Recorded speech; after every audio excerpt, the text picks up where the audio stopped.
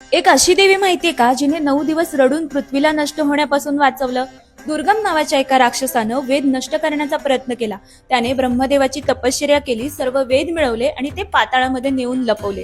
वेद गायब झाल्यामुळे धार्मिक कार्य थांबली, निसर्गाचा समतोल बिघडला आणि सगळीकडे दुष्काळ पडला.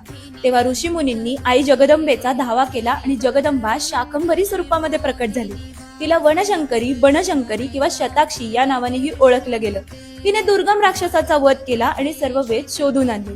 शिवाय पृथ्वीवरचा दुष्काळ नष्ट करण्यासाठी तिने आपल्या पूर्ण शरीरावरती असंख्य डोळे निर्माण केले आणि त्यातून 9 दिवस अश्रू वाहिले. धान्य, भाजीपाला, ज्या गोष्टी खाण्यासाठी उपयोगी पडतात त्या सर्व तिने निर्माण केल्या. म्हणूनच या 9 दिवसांमध्ये देवीला भाजीपाल्याचा नैवेद्य दिला जातो आणि हेच 9 दिवस आपण शाकंभरी नवरात्री म्हणून साजरे करतो. व्हिडिओ आवडला असेल तर लाईक आणि शेअर करा आणि अशाच नवनवीन माहितीपूर्ण व्हिडिओसाठी देवभक्ती चॅनलला फॉलो आणि सबस्क्राईब करायला विसरू नका. ओम भगवती श्री शाकांबरी देवी नमः.